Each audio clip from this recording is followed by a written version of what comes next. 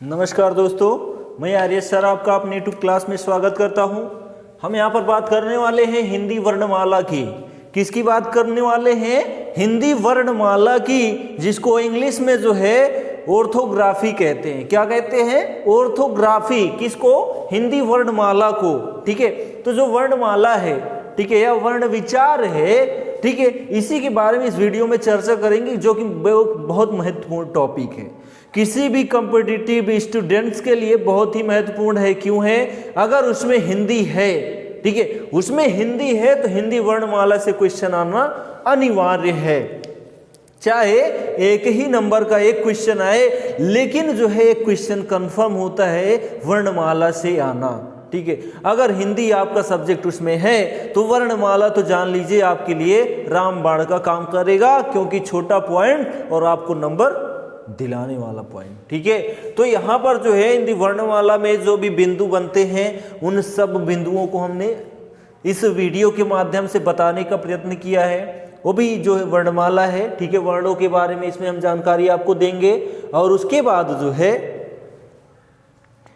बाद जो हम जानकारी देंगे वो स्वर के बारे में देंगे। उसके बाद जो जानकारी देंगे वो जो है हम देंगे व्यंजन के बारे में। ठीक है, तो इन वीडियो को आप जरूर देखिएगा। तो आइए हम बात करते हैं हिंदी वर्णमाला की। तो हम जाने तो वर्ण किसे कहते हैं। पहले तो ये जाने कि वर्ण क्या होता है। तो वर्ण वो चीज होती है जिसको हम तोड़ नहीं सकते। क्या नहीं कर सकते? तोड़ नहीं सकते। तोड़ने का मतलब ये है कि हम उसको अलग नहीं कर सकते। वही तो क्या कहलाता है? वर्ण कहलाता है। यानी जिसका विभाजन न किया जाए, ठीक है, अन्य शब्दों में, अन्य अक्षरों में, ठीक है, मतलब उसको हम तोड़ नहीं सकते, वही तो वर्ण कहलाता है। ठीक है, तो भाषा की सबसे छोटी इकाई क्या होती है? वर्ण होती है। क्या होती है? वर्ण होती है। और भाषा की वह मूल ध्वनि है। ठीक है, भाषा की सबसे छोटी इकाई यानी उच्चारण की सबसे छोटी इकाई जो होती है वो ध्वनि होती है। क्या होती है? ध्वनि होती है। क्यों? क्योंकि जब तक हम बोलेंगे नहीं तब तक कोई वर्ण आएगा क्या? बिल्कुल नहीं आएगा। ठीक है, तो जो उच्चारण की सबसे छोटी इकाई होती है वो ध्वनि होती है। लेकिन अगर आपको ऑप्शन में वर्ण मिल गया तो आप तो वर्ण टिक कर दोगे ना, लेकिन नहीं, आपको वहां पर ध्वनि ऑप्शन है तो ध्वनि को टिक करना पड़ेगा। उच्चारण की सबसे छोटी इकाई ध्वनि। ठीक है, भाषा की सबसे छोटी इकाई वर्ण। इतना याद होना चाहिए। उच्चारण के लिए आपकी ध्वनि रहेगी और भाषा के लिए वर्ण रहेगी सबसे छोटी इकाई। और टुकड़े नहीं किए जा सकते। किसके? वर्ण के। वर्ण के टुकड़े कर सकते हैं क्या? अभी बताया आपको, नहीं कर सकते हैं। ठीक है, तो भाषा को प्रकट करने के लिए विभिन्न ध्वनियों का प्रयोग किया जाता है, पता ही है आपको। ठीक है, तो इन ध्वनियों को लिखने के लिए कुछ जो है नियम शर्तें होती हैं। ठीक है, जो कि हम चिन्हों के द्वारा जानते हैं। ठीक है, जो हिंदी भाषा है उसकी जो लिपि है हमने बता दिया है, लिपि व्याकरण और भाषा के जरिए। ठीक है, जो हिंदी भाषा की लिपि होती है वो देवनागरी लिपि होती है। ठीक, तो आइए हम देखें वर्ण क्या होता है। जैसे हमने लिख दिया राम, राम घर जाता है।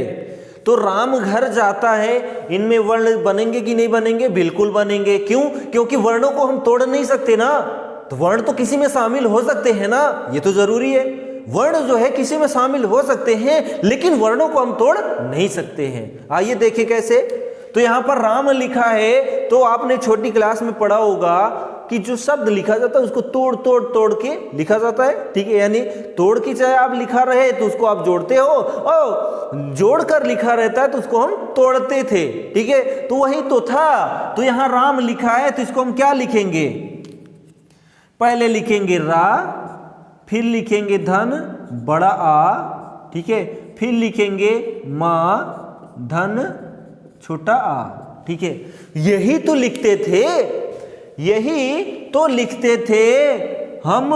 ठीक है, तो यहां पर जो राम लिखा है इसको तोड़ा वर्णों में यानी अक्षरों में तोड़ा तो क्या आया? रा प्लस आ प्लस मां प्लस छोटा। ठीक है, तो यहां पर राम का वर्ण जो है टूट गया। ठीक है। अब क्या हम इन सब को तोड़ सकते हैं? बिल्कुल नहीं तोड़ सकते, बिल्कुल नहीं तोड़ सकते। जो हमने राम को तोड़ दिया वर्णों में, अब जो तोड़ा है हमने उसको तोड़ सकते हैं क्या? बिल्कुल नहीं तोड़ सकते हैं। वैसे घर का होगा, देखिए घर का क्या होगा? घा प्लस आ प्लस रा प्लस आ, ठीक है। और जाता का क्या हो जाएगा? जा प्लस बड़ा आ प्लस ता प्लस बड़ा आ, ठीक है। वैसे है का हो जाएगा हा प्लस ऐ, ठीक है, हा प्लस ऐ। तो यहां पर हमने क्या देखा कि जो ध्वनियां, जो वर्ण होते हैं, यानी जो शब्द था उसको तोड़ा किसमें? वर्णों में। अब जो वर्ण है क्या हमने उसको डिवाइड कर पाए, यानी उसको तोड़ पाए? नहीं तोड़ पाए। तो यही तो होता है वर्ण, जिसको हम विभाजित नहीं कर सकते, तोड़ नहीं सकते, अलग नहीं कर सकते, वही वर्ण होता है, ठीक है। आप समझ गए होंगे कि वर्ण क्या होता है, ठीक है। अब हमारी बात आती है हिंदी वर्णमाला की। किसकी बात आती है? हिंदी वर्णमाला की। और जो हमारे वर्ण होते हैं, यानी जो वर्ण होते हैं हमारे, वो कितने होते हैं? 52, यानी 52 होते हैं। कितने होते हैं? 52 होते हैं। तो यहाँ पर आप काउंट कर लेना, आपको 52 जो है वर्ण मिल जाएंगे, ठीक है। आपको 52 वर्ण मिल जाएंगे, ठीक है। तो जो यहाँ पर आगत ध्वनियां हैं इनको छोड़कर, ठीक है। तो आइए हम जानते हैं अब आगे की प्रोसेस। तो हिंदी वर्णमाला में 52 वर्ण होते हैं, ठीक है, यानी वर्णमाला की संख्या 52। तो यहाँ पर हम देखें स्वरों की संख्या कितनी होती है? ये टोटल होती है 11। कितनी होती है? 11। कितनी होती है? 11। आ ई उ री ए ओ औ, ठीक है। ये कितने हैं? तो 3 + 3 6, 6 + 3 9, 9 + 2 11। तो यहाँ पर जो है 11 वर्ण होते हैं, ठीक है। वर्णों की संख्या, स्वरों की संख्या जो है, स्वरों की संख्या कितनी होती है? 11 होती है। लेकिन हम अंग आहा जोड़ देते हैं तो कितनी हो जाती है? 13 हो जाती है ना। लेकिन जो प्रमुख स्वर हैं, जो प्रमुख स्वर हैं वो हमारे 11 हैं, ठीक है।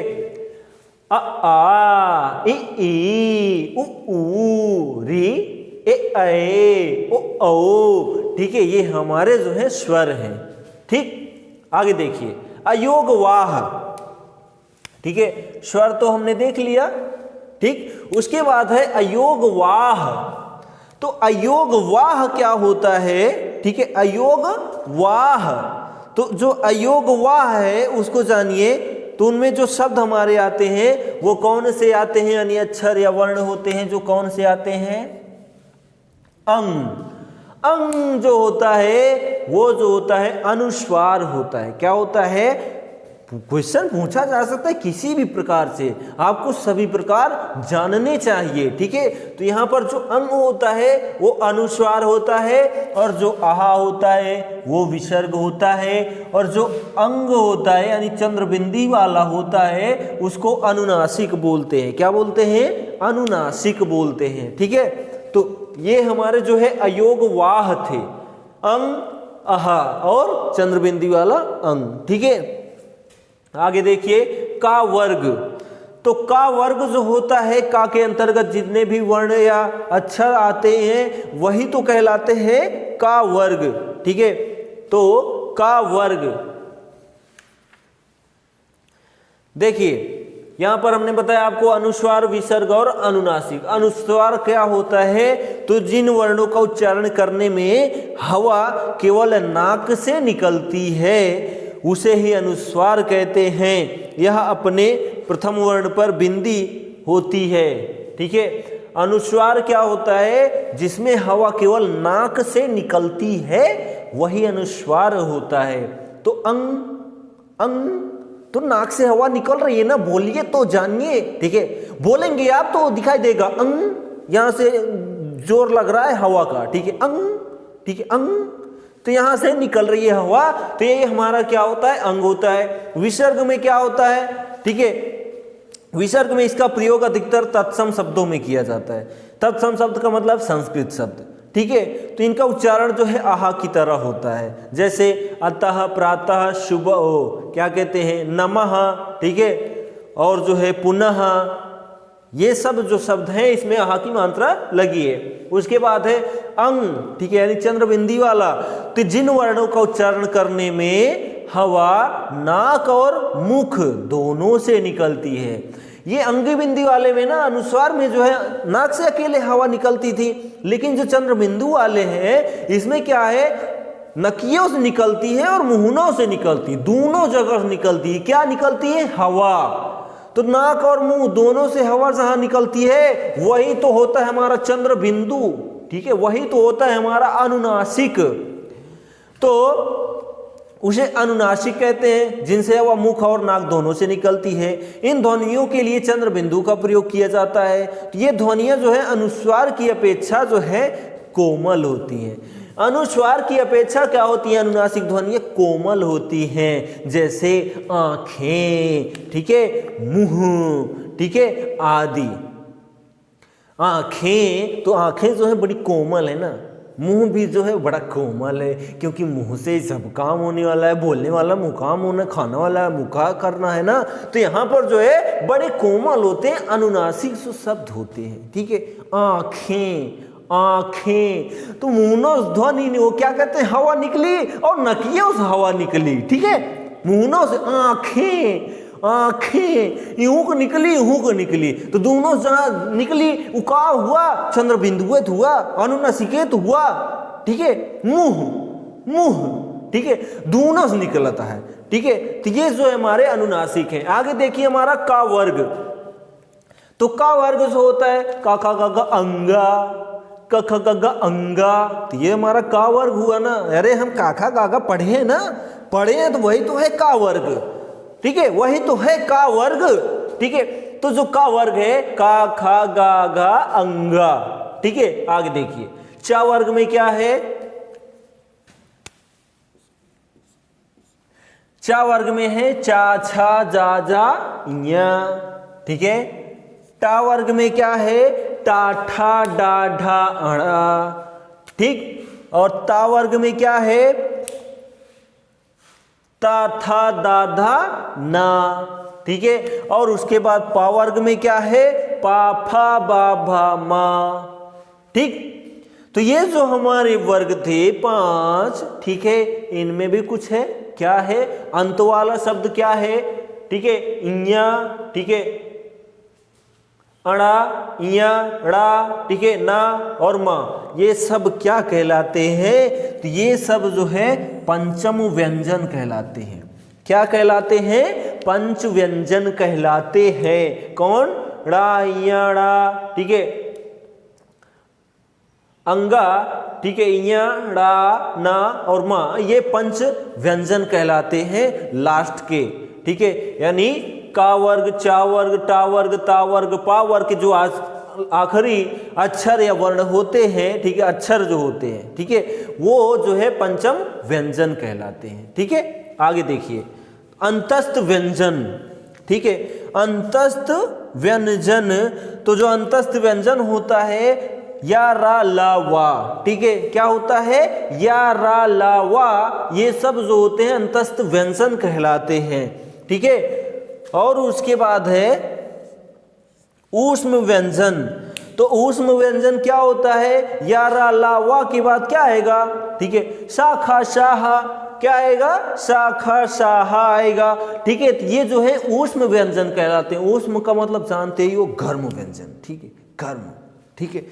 शाखा शाहा, ठीक है, शाखा शाहा, सा शाखा शाहा, ये जो है ऊष्म व्यंजन गर्मी निकालते हैं, ठीक है, गर्मी निकालते हैं मुंह से। जब उच्चारण करो ना तो गर्मी निकालते हैं, वही तो कहलाते हैं ऊष्म व्यंजन। ऊष्म का मतलब होता है गरम, ठीक है। तो ये जो व्यंजन उच्चारण के समय मुंह से जो है गर्म सांस देते हैं, गर्म सांस निकालते हैं, वही तो कहलाते हैं ऊष्म व्यंजन। शाखा शाहा, ठीक है, ये गर्म हवा निकाल रहे हैं, ठीक है। ये जो है हमारे क्या कहलाते हैं? ऊष्म व्यंजन कहलाते हैं, ठीक है। अंतस्थ व्यंजन क्या होता है, इसके पहले देखिए अंतस्थ व्यंजन यार अलावा हुआ, ठीक है। ये क्या होता है, तो जिन व्यंजनों के उच्चारण में जो है जीभ और मुंह के किसी भाग को पूर्णतः स्पर्श नहीं करती। जो जीभ होती है मुंह के किसी भी भाग में टच नहीं करती, जीभ जिह्वा, ठीक है, तो वो कहाँ होता है, हमारा अंतस्थ व्यंजन होता है, या रा ला वा, ठीक है, या रा ला वा, ठीक है, तो वो जो है क्या कहलाता है, अंतस्थ व्यंजन होता है, ठीक है। आगे देखिए संयुक्त व्यंजन। जो संयुक्त व्यंजन होता है, संयुक्त का मतलब यह दो चार जने से मिलके से बना हुआ वह तो होता संयुक्त व्यंजन। तो दो चार जने जो मिलके बना है ना, वो यही सब है संयुक्त व्यंजन में। छत रंग ज्ञा और श्रा, ठीक है, छत रंग ज्ञा और श्रा, ये चार जो है ना ये संयुक्त व्यंजन है। अकेले ना बना है, सब दो चार जने के लिए बना है, ठीक है, अकेले रही ना पहुंचते ने सब, ये सब जानता एक दूसरे के लिए बन गया हाँ अपना संयुक्त व्यंजन कहलावत है ना, ठीक है। तो जो संयुक्त व्यंजन होता है, दो या दो से अधिक जो है व्यंजनों के परस्पर संयोग से जो व्यंजन बनते हैं वही कहलाते हैं हमारे संयुक्त व्यंजन। तो क्या है हमारे संयुक्त व्यंजन, छत रंग ज्ञा और श्रा, ठीक है। तो जो ये बनते हैं वो किन किन अक्षरों से बनते हैं, तो जो छा है ना वो जो है बनता है, किससे बनता है, तो वो बनता है का और खा से, का और खा से बनता है। और जो तरा है ना ये जो है बनता है ता और रा से, ठीक है, ता और रा से। और जो ज्ञा है ना ये जा और जो है इया से बनता है,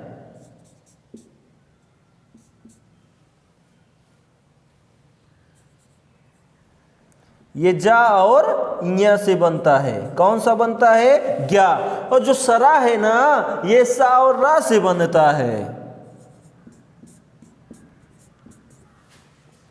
ठीक है। तो जो संयुक्त व्यंजन है ये जो क्षत्रिय है ये बना है का और खा से, और जो तरा है वो ता और रा से बना है, और जो ज्ञा है वो जा प्लस इया से बना है, और जो स्रा है ना वो सा प्लस रा से बना है। यही तो हमारा होता है संयुक्त व्यंजन, जो दो अक्षरों को मिला लेता है अपने में ना, वही संयुक्त व्यंजन कहलाता है। आगे देखिए हमारा क्या है, अन्य या द्विगुण व्यंजन। अन्य या द्विगुण व्यंजन, अन्य का मतलब अलग चुरत, ठीक है, ये अलग रहा थे, तो ये बिना अन्य के अलावा कहाँ सबके साथे न रहते ने, अलग अलग प्रयोग होते। या फिर द्विगुण व्यंजन, ये दो गुण लाइक बैठा, एक गुण ना लाइक बैठा, दुई गुण लाइक बैठा, देखत ना याद हुई। यहाँ देखिए ये बेचारे अलग हैं, टा वर्ग के अंतर्गत आ रहे हैं, ठीक है, ये सब अकेला हाँ, लेकिन ये का वहाँ दुई ठीक गुण लाइक बैठा, ये तो यहाँ है, ये इनके साथ कुछ और लाइक जोड़ ले हैं, द्विगुण व्यंजन कहलाए हैं, ठीक है। तो जो ये द्विगुण व्यंजन वाले हैं ना ये कौन कौन से हैं हमारे, ड़ा और ढा, ठीक है, ड़ा और ढा, जैसे सड़क और पढ़ना, ठीक है, तो ये हमारे क्या है, हमारे द्विगुण व्यंजन होते हैं, ठीक है, द्विगुण व्यंजन होते हैं। आगे देखिए, आगे है हमारा आगत ध्वनियां, ठीक है। आगत ध्वनियों में क्या है, जैसे फॉल, ठीक है, कॉल, ठीक है, ये यहां पर जहाज, ठीक है, फारसी, ठीक है, और जो है गंगा, ठीक है, और यहां पर कोई भी शब्द होता है खा से, ठीक है। तो ये हमारी आगत ध्वनियां हैं, आ जा फा गा और खा, इनमें बिंदी लगी रहती है, तो वो जो है हमारी आगत ध्वनियां कहलाती हैं, ठीक है। तो हमने यहाँ पर तो लगभग सभी कवर कर लिया हिंदी वर्णमाला के अंतर्गत, आपका एक भी पॉइंट तो मिस नहीं होगा। अगर आप ये वीडियो देखते हैं और आपको समझ में आ जाता है तो आप जान लीजिए इसमें से एक भी पॉइंट्स आपका मिस नहीं होगा, ठीक है। तो जब मिस नहीं होगा तो जान लीजिए आपका एक क्वेश्चन का पक्का है कि आपको एक क्वेश्चन आ गया, कंफर्म है ना। तो ये जो है हमने जो हिंदी वर्णमाला के बारे में जानकारी दी बहुत ही अच्छे तरीके से दी, आशा करते हैं आप समझ गए होंगे। आप चाहे तो अन्य वीडियो भी देख लीजिएगा हिंदी वर्णमाला का, अगर इससे बेटर मिल जाए तो मेरे कमेंट बॉक्स में ज़रूर कमेंट करिएगा कि सर मैं तो इससे अच्छा पा गया, तो मैं भी जानूंगा ना कहाँ पा गया बच्चा। ठीक है, तो मैं जानता हूं कि इससे अच्छा वीडियो आपको हिंदी वर्णमाला का नहीं मिलेगा, नहीं मिलेगा, गारंटी दे रहा हूं। ठीक है, आप देख लीजिएगा चाहे तो, और इस वीडियो को आप देख लेंगे और दूसरे से कंपेयर करेंगे तो कहेंगे हाँ सर आपने तो डिजिटल पढ़ाया था, मज़ा आ गया, ऐसा वीडियो हमने तो सच्ची में नहीं देखा। ठीक है, तो हम मिलेंगे जो है स्वरों को साथ लेकर, यहाँ तो वर्णों को साथ लेकर मिला, वहाँ पर स्वरों को साथ लेकर मिलेंगे, फिर मिलेंगे व्यंजनों को साथ लेकर। ठीक है, तो आप अगर इस वीडियो को समझ जाएंगे तो जो स्वर हैं और व्यंजन है ना, वो ऐसे चुटकियों के खेल हैं, चुटकियों के। ठीक है, चुटकियों के खेल हैं, आप सॉल्व कर लेंगे उनको। बस ये वीडियो आप देखकर समझ लेना। हम मिलेंगे नेक्स्ट वीडियो में, तब तक के लिए हमें इजाजत दीजिए। जय हिंद।